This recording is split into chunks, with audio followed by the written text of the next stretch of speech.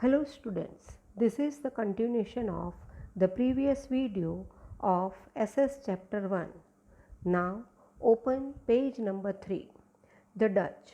After 100 years of the arrival of the Portuguese at the end of the 16th century, the Dutch of Holland, now the Netherlands, came to India for trading. So after 100 years passed, the Portuguese came. It was the end of the 16th century. The Dutch of Holland, which is now known as Netherlands, came to our country for trading. Initially, they established forts at Pulicat and Madras, now Chennai. They also established a trading center at Agra in the year 1663. So first, they established the fort at Pulicat and Madras, which is now known as Chennai, and also established a trading center at Agra in the year 1663.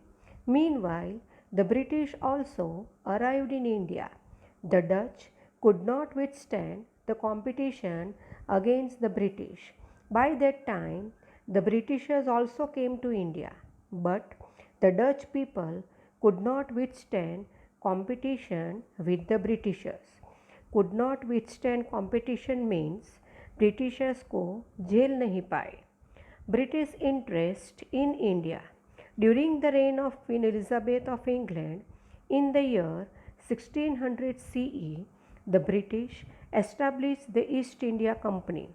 So when there was a rule of Queen Elizabeth of England in 1600 CE, the Britishers established the East India Company.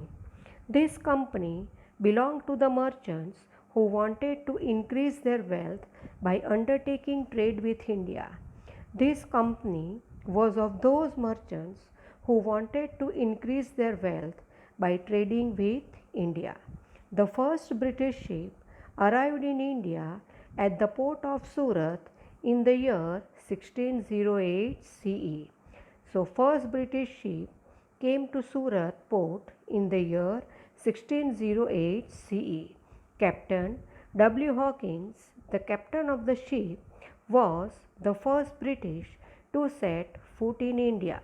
Hawkins was the first captain of the ship who was Britisher and also the first person to step in India. He met Jahangir but did not get permission to trade. So, after stepping in India, he met Jahangir to get the permission to trade in India. But Jahangir did not give the permission. Thereafter, Sir Thomas Roe arrived in India, who acquired the permission to establish a trading center in Surat. Then after, the other Britisher Sir Thomas Roe came to India and he took the permission to establish a trading center in Surat. Later, Delhi went into the hands of Shah Jahan.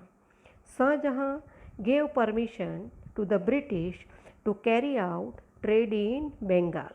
Afterwards, Delhi was ruled by Shah Jahan and he gave the permission to the British for trading in Bengal.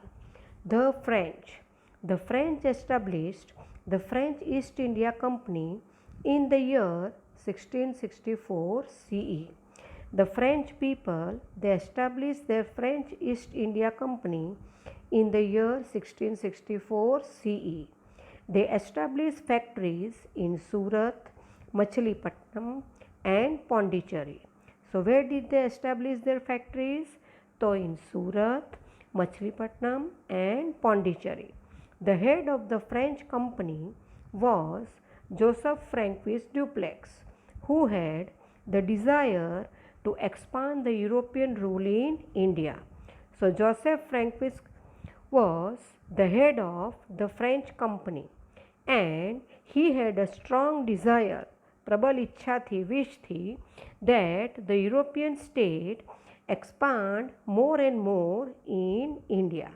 Thus, the French and the British stood in competition against each other to become the strongest European company. So now both the French and the British came in competition in front of each other because they both wanted to prove that who will be the strongest company to trade with India. There were innumerable disputes and battles, and finally the British emerged as the winner. So there were many disputes. Disputes means fight, jagda, and battles. Battles means war between the French and the Britishers. And at last, the result was the Britishers were the winners.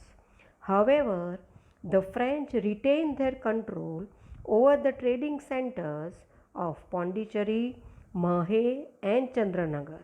But after this also, the French were able to keep control on the trading centers of Pondicherry, Mahe, and Chandranagar.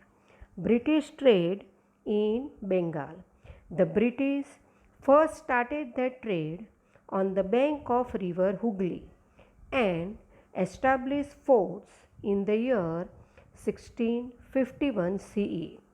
The Britishers started their trading on the bank of river Hooghly and also established their forts yani Killa in the year 1651 CE.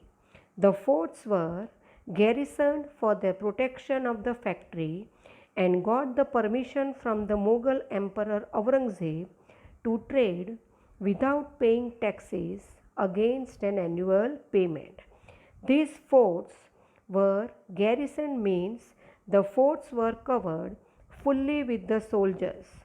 सेना से सैनिकों से पूरी तरह से cover कर लिया था so that their factories will remain safe, factories सुरक्षित रहे, and at the same time they got the permission from the Mughal Emperor Aurangzeb for trading, and that also not necessary to pay the tax on the annual payment.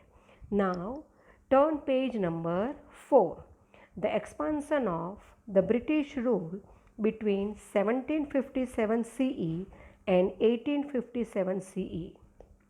By this time, the East India Company was in a race to earn more and more money. East India Company was trying hard now to earn more and more money. As per the order passed in Bengal, only the company availed the benefit of tax-free trading. However, many officers who were engaged in private trade did not pay the taxes as well. The company was getting the benefit of tax-free trading according to the orders passed in Bengal, but the officers who were involved in private trading also did not pay their taxes. As a result, the income generated from the tax collection in Bengal reduced, which in turn was opposed by the Nawab of Bengal, Murshid Quli Khan. Now, what was the result of this?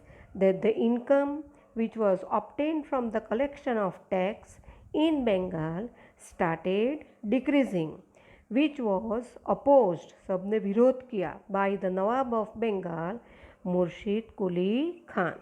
This dispute kept on recurring even during the time of Ali Vardi Khan.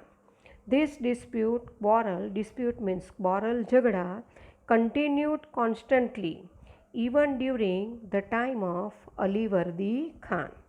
After Ali Vardi Khan, his son Siraj-ud-Dowla took charge. He got involved into a major battle with the British.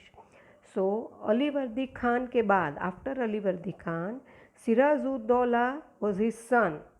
So his son took the charge and he fought the battle with the Britishers. Students, now we will meet in the next video. Thank you.